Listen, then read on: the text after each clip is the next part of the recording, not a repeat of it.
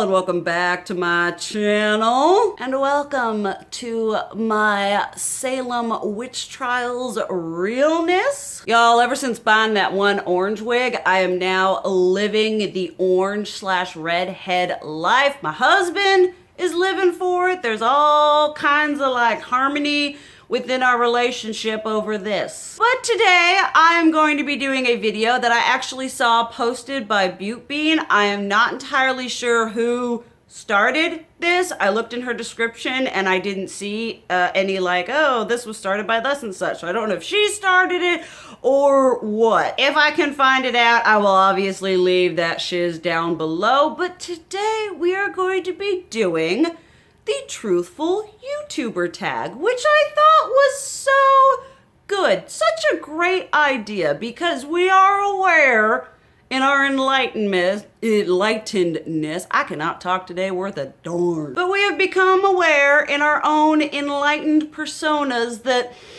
one thing that we can't necessarily rely on, especially the larger people on this platform, for a complete amount of transparency. We're begging certain creators to disclose affiliate links, to disclose sponsored videos, to just be open, honest, and truthful about the content that they are presenting to us. Y'all know your girl on this channel likes to skew very transparent. I don't like to mince my words. I don't like to give any sort of false narratives. So I just thought this was just a fantastic, thoughtful, informative tag that, you know, you want to open up a discussion. You want to be honest with your subscribers. You want to be honest with yourself. And I feel like part of it is, to a certain extent, it's easy to project a certain way on camera. It's like, y'all see me write this, and unless you see me on Snapchat or other things, and even that's all kinds of filtered, but you don't see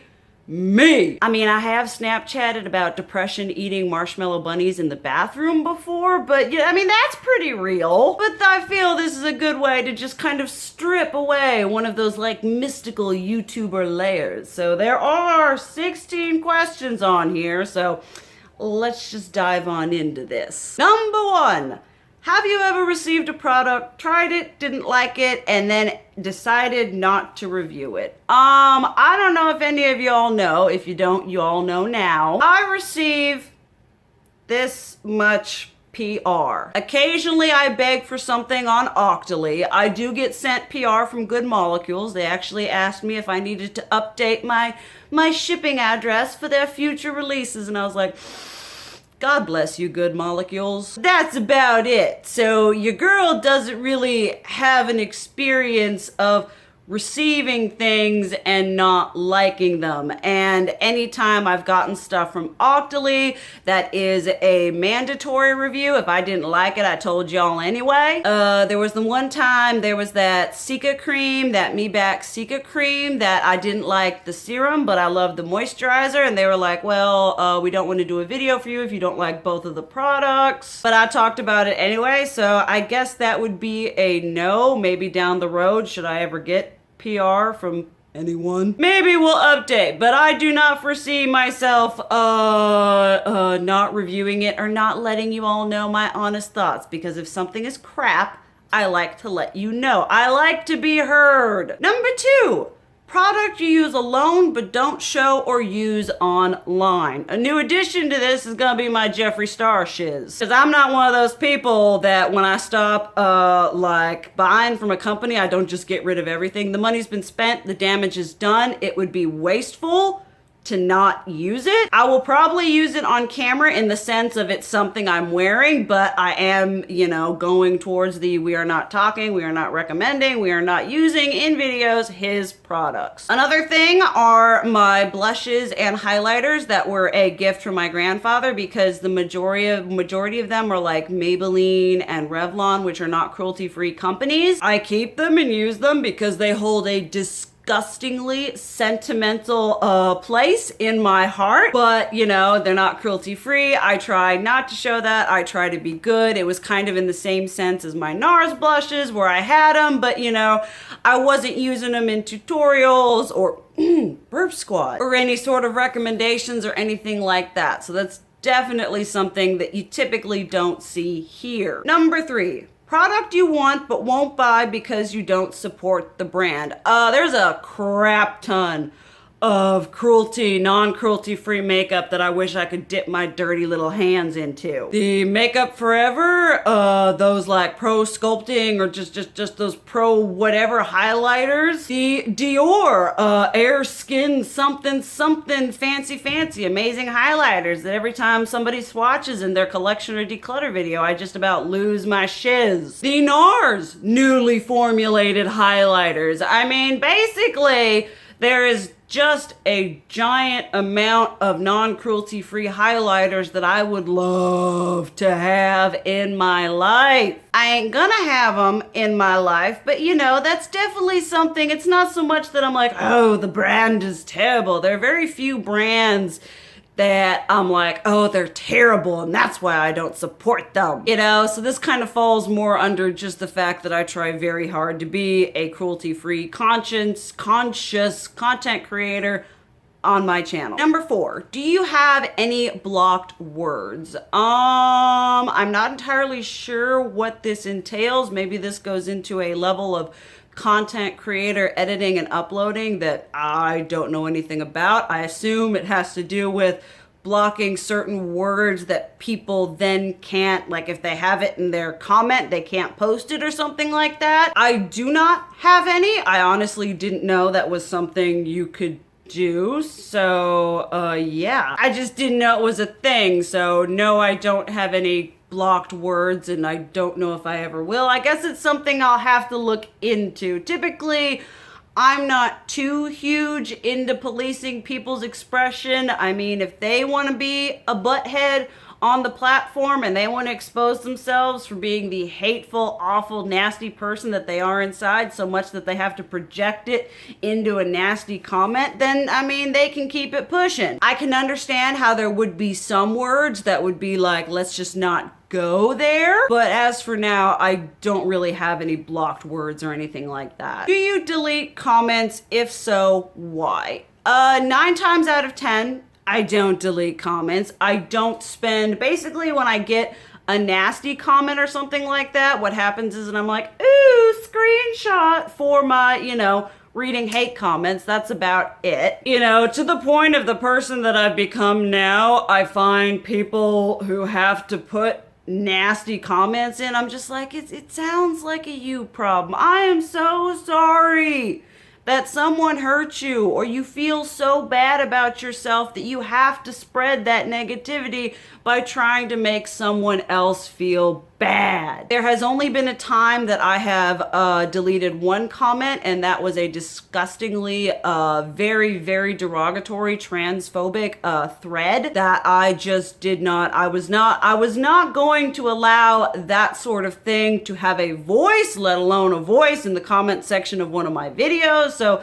that got deleted, and that goes into the next comment is, do you block people? I blocked him. I was like, I don't want you anywhere near my shiz. I don't want you bringing that nastiness all up in here. That is honestly, I find blocking, like if someone's being like really, really freaking hateful, which I feel that I haven't gotten a huge amount of hate. I mean, I know I'm itty bitty. I just little baby channel. You know, compared to someone with like 100,000 subscribers, I don't get diddly in the way of nastiness. And you know, like I said, if people want to be nasty and they want to expose themselves as being a nasty person, then that's fine. I can't tell you how many times I've had a nasty comment and I've gone to look at it and one of y'all have been like, yes, but does this really, like, is it really affecting you? Y'all are honestly some of the best at responding than I am. It's just like, they're just like, is it really doing anything to you? Why are you watching? Why do you need to leave a comment? And I'm like, oh, bless y'all. Y'all got the best intentions when it comes to me, so I thank you for that. But no, I only delete or block if it's like a really, really nasty situation. When it comes to the majority of it, I'm like, all right, whatever. They want to do their whateverness and tell me I'm a trash, horrible, garbage person. That's fine. If it makes them feel better, if it gives them a little bit of self-esteem, you know, okay. Number 7, have you ever lied about a product to stay on good terms with a brand?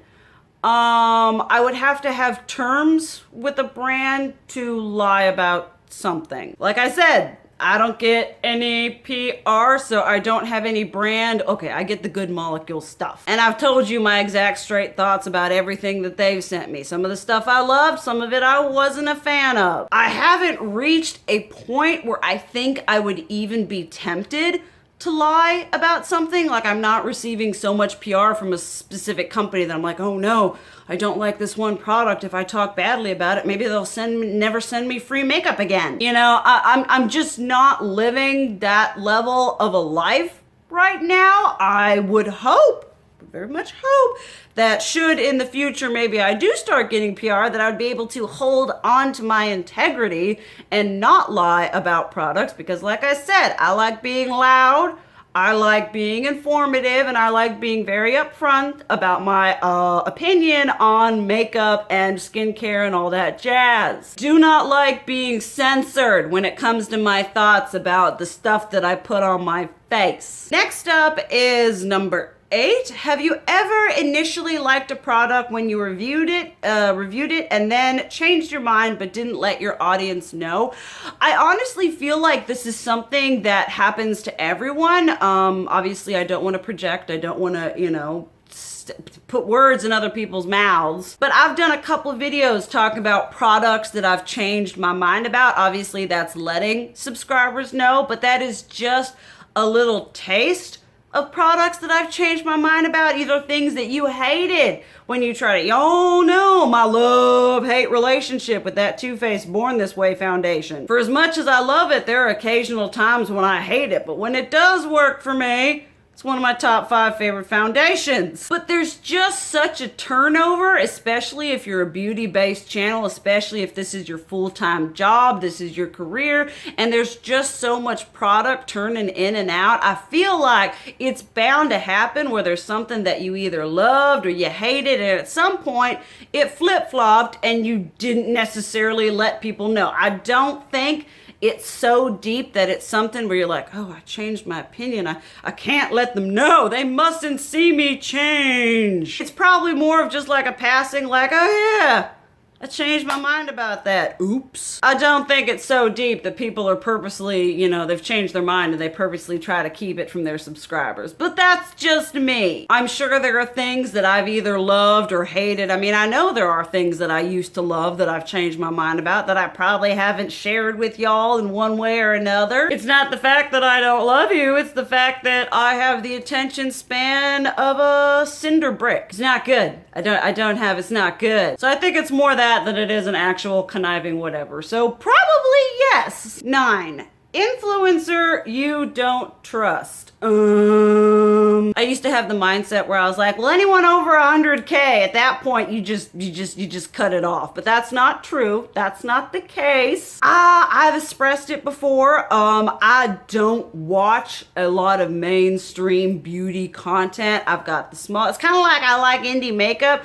I like the smaller channels as opposed to the bigger ones. Although I love me some Raw Beauty Christie. I love me some Robert Welsh. I love me some Michelle Wang. We got Smoky Glow. We got Jen Love's Reviews. We got Samantha March. They're all in the top tier. But there are also people that I trust. Who I don't trust, in all honesty, Jaclyn Hill, James Charles, to a certain degree, Jeffree Star, at least when it comes to product placement. I feel like when it comes to those large mainstream brands, Fleurs, blah, large mainstream influencers who do have a lot to lose from saying they don't like a product, who do tend to think more with a mind toward the bottom dollar, toward the amount of money being transferred into their bank account than they really are the integrity of their relationship to their subscribers. So I'm sorry, if I see a product being promoted on Snapchat by any of them, I'm like, I don't know about that. Notorious for not disclosing, ads or anything like that, and it's not that an ad is bad. This is people's jobs. I don't feel why people are so hateful towards sponsorships or when people are all like, well, you just made the video to get views. It's like, this is how we make money. It's like, You know, it's like being an author and being all like, well, you only wrote that book for people to read it. Yeah, I mean, I don't think Stephen King is out here popping his shiz for people to not read it. You know, and these people ain't popping their shiz, you know, putting their effort in so that they can get paid. Yes, it's about the views and stuff like that. You want your content to get out there. You want people to see it. But yeah, just the majority of, I feel like, mainstream influencers who, you know, just, it's kind of hard to, the bread and butter typical, you know, Emma Chamberlain, Tana Mojo, you know, just kind of that level where I'm just like, I just don't really have any trust in what you say or, you know, what you promote. It's just all kind of hazy. The line between honesty and disclosure is very blurred. Influencer you trust the most. This is hard because I've got quite a few that I do absolutely love, but if we're talking like pure base product knowledge, I would have to say Jen Loves Reviews, because she is so unbiased, so in-depth. She really goes the extra mile when creating her content. I mean, she's the kind of creator I aspire to be, because I'm like, I want to do that much research. I want to be that nifty. And she just puts so much into it, and like I said, she's so unbiased. She gives you so many different angles, so many different whatevers. I just can't not trust her. I trust her with everything. I'd be like, all right, Jen, trust fall, let's do this. And even if she did let me fall, I'd be like, yeah, but I still believe everything you say about makeup, so we're good. Number 11, secret tips or product application you don't show while on camera. A lot of y'all would say my eyebrows. I do have video documentation of me doing them on camera, so it's not all entirely whatever. I will do an eyebrow tutorial video, I promise. I'm just lazy. But there really isn't anything fantastical or magical that I don't. Setting spray, sometimes I don't apply setting spray on camera. Really, that's about it. Nothing about this is a secret. It's all easily accessible. This isn't some mystical, magical transformation that cannot be achieved by the everyday human. Because you too can look ethereal, otherworldly, and vaguely threatening. So yeah, there really isn't anything that I'm doing off camera that I'm not doing on here. Number 12, have you ever showed one product but were actually using another? I feel like the only kind of maybe possibly guilty thing I may have been doing this is if I'm doing a video where I'm licking something and my mind totally completely flipping blanks, I'll be like, this lipstick that I know what it is looks very similar to the shade that I'm possibly potentially wearing on my lips, so we'll link that. But I've never like gotten on camera or, you know, used something or linked or like tagged something that I've used on my face that I didn't actually use on my face, unless it was because I totally couldn't remember what I used on my face, so I made the best effort at guessing. Because like I said, it's a process from filming to editing to uploading and then updating the upload. Your girl sometimes isn't the best at task time management. Number 13, have you ever not disclosed a sponsorship? I will reiterate, in order to disclose it, I have to have one. So no, if I had a sponsorship, y'all know I would be screaming it through every avenue of social media, because sponsorship means I get to eat. 14, have you ever had a bad interaction with a brand? Kind of same as the first one, I have to have interactions with a company in order for it to be good or bad. Probably the only thing that I could say was bad, which it ended up not being too bad, was that the Cica cream, and there was a serum and I didn't like the serum, and I was like, hey, you know, just letting you know, here's my inclusion in my video, wasn't a fan of the serum. And they're like, well, can you kind of like not talk about the serum? And I was like, well, it's kind of not how it works on my channel. And then they were just like, okay, well, just I think we don't need to do this. But then they sent me another container of the moisturizer, and I'm like, thank you, that's sweet, that's nice. So not having a lot of, I mean, very limited experience of dealing with brands. I mean, that's about it. Once again, maybe this will update in the future, but as for now, no. 15, have you ever bandwagoned with other people's thoughts on a particular product? Yes. Not so much now, but back in the day, you all know, I mean, I bandwagoned everything. I had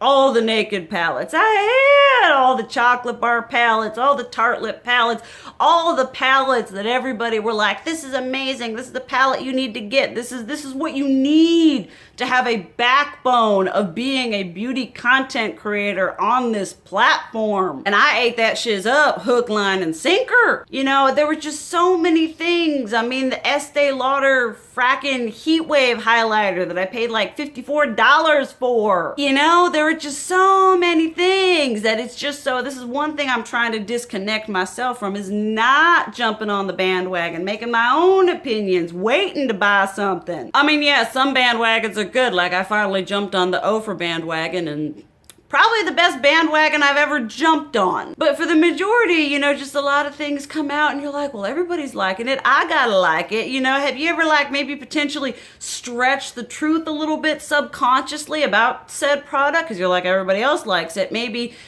I'll become ostracized because I don't like it. I mean, yeah, we all have a little bit of wanting to be in the it crowd sort of thing. So, I mean, yeah, I've bandwagoned a lot. Number 16 is things other creators do that get on your nerves. I feel like this is sort of just like maybe potentially getting petty. Once again, I don't watch a huge amount of content, and I don't get like personally offended if I don't like something. I click out of it. I mean, there is one thing, this isn't necessarily beauty creators, but when you have someone that's made a 10 minute 15-second long video and they've got like 12 mid-rolls in it, I mean, yeah, that's a little frustrating. I understand that this is payday, but your videos are getting 200,000 views, you've got 12 ads in it, and then you got Smokey Glow who makes like a 35-minute video and she's got like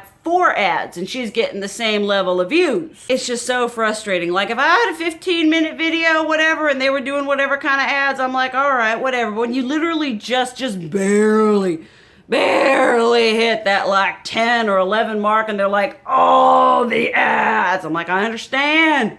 Money, you got a lifestyle to upkeep, but like, I mean, with the amount of views you get, you think you could maybe put 1 or 2 less ads in. I mean, sometimes when people swatch things and they like really dig around and they've got a shiz ton of product and they're like, and there's like powder and fits all.